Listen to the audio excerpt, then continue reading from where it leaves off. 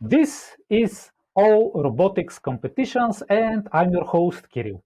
Today, again, I am joined by our good friend, Danie. We had a previous installment of our podcast with Danie, and Danie is the manager of Outreach Robotics for a non-profit organization called Care for Education.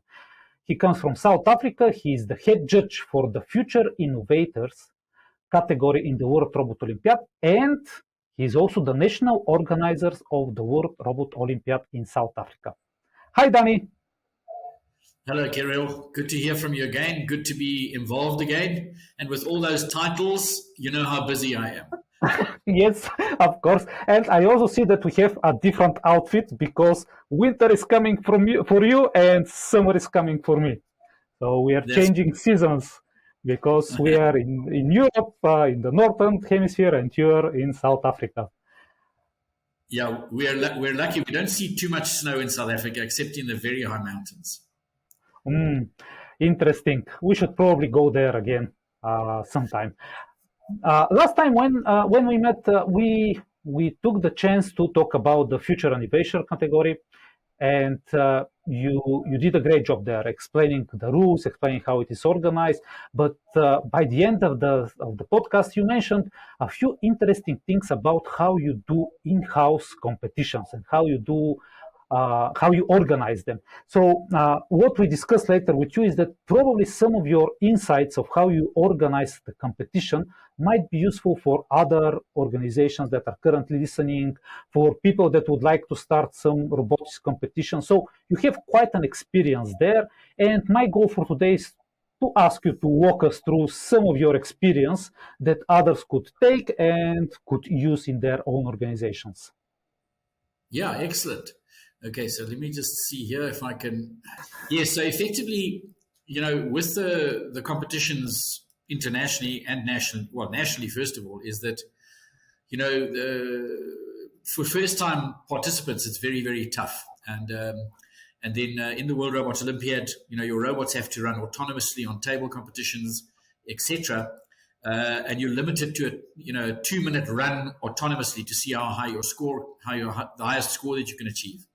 Mm-hmm. So basically what happened is that new participants or new teams participating then started losing their confidence and not coming back to competition. So we did an entry-level competition called the Explorer category. And this is on our website as well.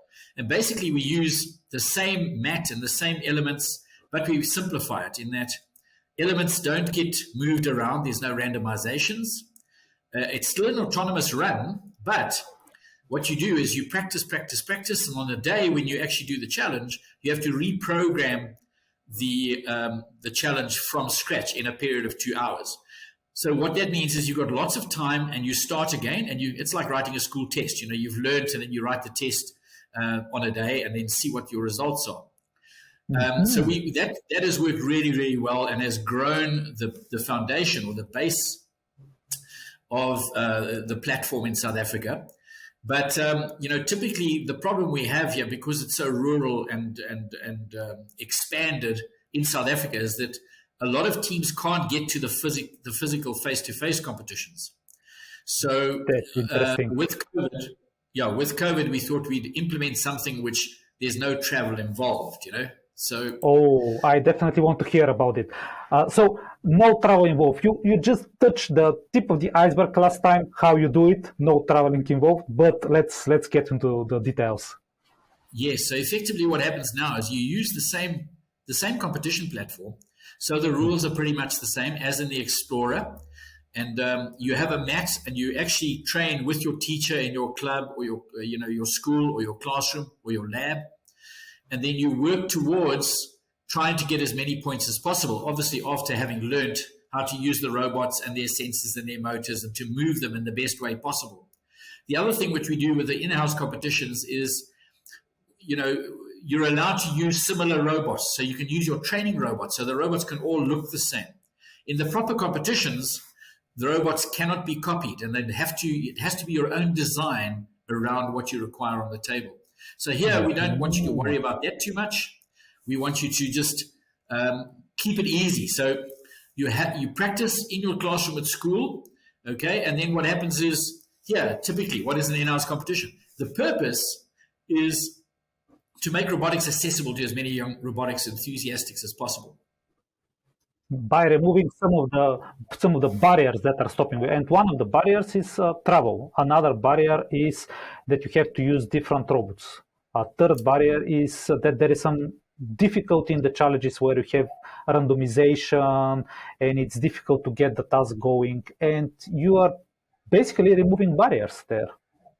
Absolutely. We're removing all those barriers. And the other thing is it's also, even for teachers and trainers, there's an expectation from parents and from schools that your teams will perform at the competitions. Now it takes that all pressure away as well.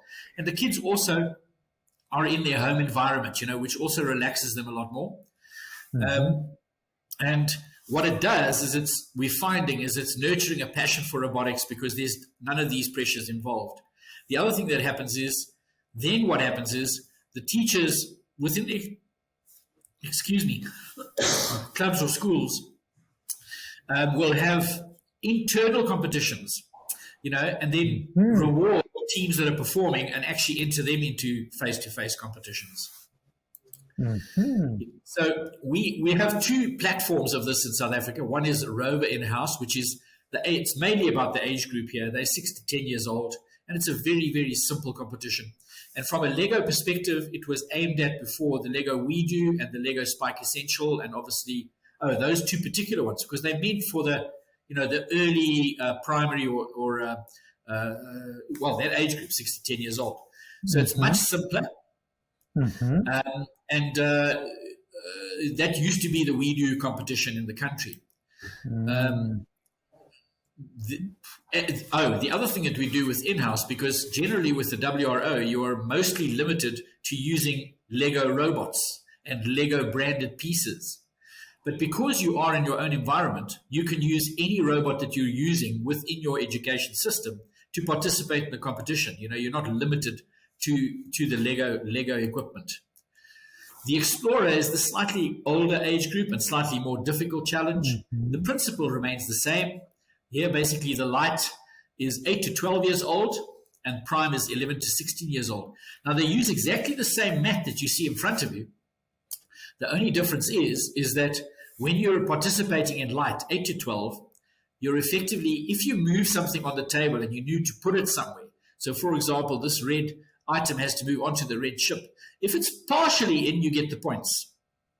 And if it's partially out, you get the points. But in the older age group, we use the same challenge, but everything has to be completely in and completely out.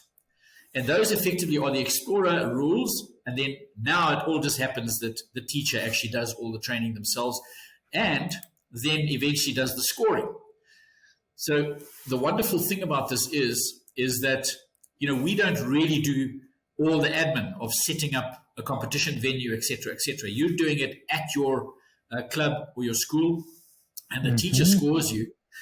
And then on the day of the competition, for example, what happens is you're going to do the best that you can, okay? And then you typically, if you get, for example, 90 to 150 points, you get a bronze certificate.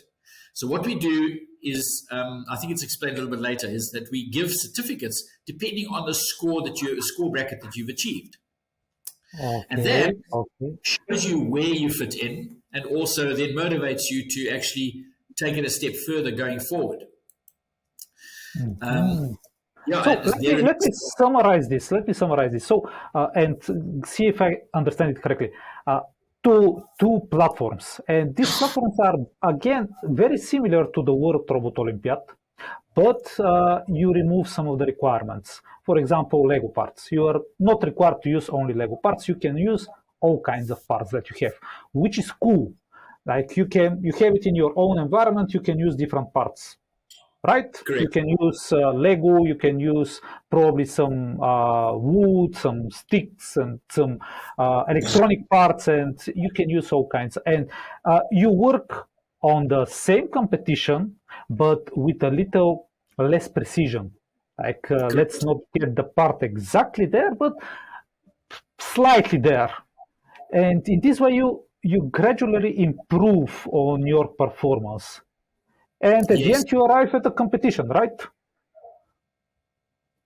Sorry, I missed the last question. At the end, you compete. You have this score sheet, and how does it happen? How do you compete on this platform? Well, so what happens here? And that's the important thing. Is this? Mhm. This is an in-house competition. So really, you don't compete with other schools or nationally with other schools in the country, but you compete like in your classroom. So it's writing the same test as your fellow learners. And then at the school, you will know where you fit into the club or the age group, and you'll see where you are with that. There again, here you can see the points again. I'm just going to move on one. And typically, here is an example of the certificates that you get. So these certificates then get given to the learners. It's an e-certificate. So it goes to the coach, and the coach then gives those, acknowledges the participation of the teams, and also rewards them with the color certificate that they've got, depending on the score bracket. And then they can also see, where they are within the group of learners. So this is typically, here is for example, the scores that were, the scores were given to us, and these are the teams and the schools, for example, that we get, and we don't share those, but within the school, you know exactly what certificate your school got. So, how many teams are there in a school with this setup? Well, again, so this is the wonderful thing, and one of the big advantages, and right at the front, at the top here, you'll see that it doesn't matter. So here we ask an entrance, which is 300 Rand per institution, per school, because we're not really doing the work. The teacher's doing the work, but there's a little bit of admin involved. So what happens is you can enter as many teams as you want to from your school or club. So the important thing that why I'm mentioning is this, at face-to-face competitions, every team needs their own robots and their own laptop. At your school, imagine you've only got 2 robotic sets and 2 laptops, but you've got 40 children that participate in robotics. Is over a 10-day period, you can have every team or 2 teams can participate for 2 hours every day in the 10 days, and you can enter all the scores. So the big advantage is not having enough equipment. You can have more teams actually test themselves on this platform. So we don't limit the number of teams. I think the number arrived somewhere just now. But effectively, last year in South Africa, for the first time we had this competition, we had 400 teams from around the country submit scores for the in-house competition. And those are people who would not have had a challenge experience like this, or being acknowledged or get a certificate around the country because of the barriers to get them to the face-to-face events. I've spoken about that. The other thing that I mentioned is, these challenges can also be used as assessment tools for teachers. So, for example, they can see and monitor the progress of the learners with the robotics lessons that they are providing them. So this is where the teaching comes, because it's not only preparing for the competition, but you can also use this as an assessment tool to understand more of how are they learning and what's the score that they're getting. Are they getting better? Because I've heard this question a lot, like what's the result of competition? Okay, we engage children in science, technology, engineering, mathematics. Okay, but what's the result? What are they getting? So what are they learning? Are they learning? And these are important questions. So with the assessment, the teachers could actually see the progress of the students. Absolutely. And the other thing that happens is typically within STEM as a whole, and STEAM and whatever you want to call it, and doing robotics challenges like these, there are fundamental learning benefits, and those are typically, one of them is logical thinking. And you can always, through trial and error, make a mistake, change something, and do something again. So hence, we also lead you to problem-solving skills. And even at this age, if it's not a negative emotional effect for you to get something wrong, because you can try again and fix it and do it differently, we're creating a mindset of problem solvers without worrying about having a problem. And then they take that into proper WRO and also into life going forward, in that a problem being solved is not, I'm going to cry about it all night and I can't do this. And, I didn't realize I was going to struggle with this, et cetera, et cetera. You have the opportunity to fix it, to see, okay, where did I go wrong from a logic perspective? Oh, hang on a second. I forgot to put in the right value when the ultrasonic sensor needed to measure something. And you rectify it, and then you have success. And slowly but surely, as those little steps of success happen, your confidence grows. And that has you looking forward to actually coming back to your classes and actually, rising to slightly more difficult challenges. Mm-hmm. Have you received feedback from teachers about this program? What's their feedback? What are they sharing? Oh, well, so first of all, I think one of my comments here is that the educational community around the country has been very, very, very accepting of it. First of all, because they realize that the learning through robotics, which is problem-solving logic, but also manipulative skills, so conceptualization of building robots, and also very, very big at the moment and going forward, obviously, is coding. The coding skills, and these are the fundamentals that we know that every child should have at least some time to experience, because a lot of today, with the fourth industrial revolution, with ICT and the way even we're communicating right now, there are many job opportunities going forward, and most of the job positions, you have to have some basics. And if you have a typical STEM learning experience with problem-solving skills, it makes you more literate. It makes you more app literate, computer literate, robotics literate, etc., etc. So they were very happy that the pressure was off to get them to competitions, but they can now do, like they teach their subjects at schools, do robotics at schools. And in fact, in South Africa, robotics and coding has been gazetted as part of the Department of Education to be included in schools from grade R to grade 10. Now, it's going to be at a very basic level because there's obviously lots of costs involved.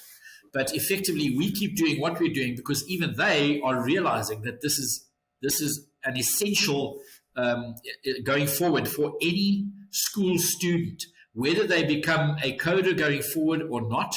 They might become a surgeon, but you know what? They're still going to have problem-solving skills once you've opened up somebody to do an operation, and at least with knowledge, you have the confidence to actually then deal with those problems. Perfect. And if someone wants to learn more, I see some links on the website, on the recording here, on the presentation. What are these websites? What are they going to find there? Yes, so obviously, we run this in South Africa, and at the moment, what's wonderful is that we've actually, this year we're going to encourage our neighboring countries in Southern Africa to participate here too, because anybody in the world can participate, but we just obviously can't deal with everybody participating. So, on a continent, for example, there might be somebody who wants to set something up and they can run it for countries surrounding them. But the model can be used and accessed by anybody around the world to set up their own version of in-house. We're using the WRO Matson platform, but there are other ways to do that. The big spark moment here is that it can be done like distance learning, So that is the really incredible thing. And we're experiencing it already. And everywhere, we deal with our provincial organizers and we deal with teachers around and every time we're actually running webinars now where we explain all the different categories to our country participants. And that has been valuable. And for example, the next webinar will explain in-house to all the South African people or coaches and teams that want to participate but can't get to a face-to-face competition. So first of all, there's the WRO South Africa website where all the categories are explained. The Explorer in-house, which I've been dealing with this in particular case, that's the link to that. It's on the same website. And then anything that we do and any new stuff that we share, etc., if anybody wants to see, is obviously our Facebook page. Perfect. So, as a summary, you are running a program, and in this program, you're trying to limit the boundaries for students participating, by making the competitions a little bit easier to join, parts, venues, travels, just try to remove the barriers. But do you also keep the connection with, the good teams that are now engaged in robotics could now participate in the World Robot Olympiad? Because they've seen some of the rules and some of the challenges, and now they can go and join the tournament itself.